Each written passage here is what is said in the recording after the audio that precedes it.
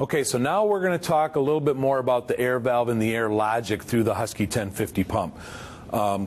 Couple of component identifications. Air valve up on top. 4 bolts on that air valve. It's a modular design, so if you needed to replace it or repair it, 4 bolts, pops right off. Down here, behind this first diaphragm,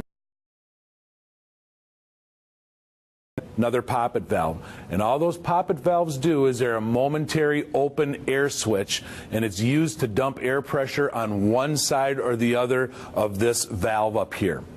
All right, so what we're going to do is we're going to go ahead and stop this animation and take a little bit closer look at the paths that exist on this air valve. All right, so right now on the red, that indicates high pressure air. All right, the blue over on the other side indicates that that's low pressure or venting air. All right, so right now we've got the high pressure air that's existing in this module or this air valve, and it's piped down and just coming down through here and all the way back to the back side of that diaphragm. And that's what's causing that diaphragm, in this case, to move in this direction.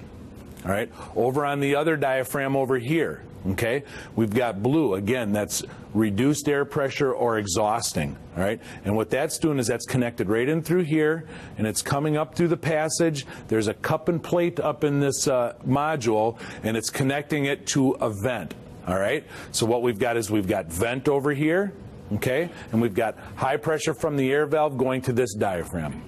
Okay, so we've got the diaphragm running again, and basically what's going to be going on is we're going to put air pressure on one side, vent on the other side. The diaphragms are going to come in contact with the poppet valves, and that action of the poppet valve is going to cause this spool valve up in this module to be moving back and forth. Basically all it's doing is just directing air pressure and vent from one diaphragm to the other diaphragm.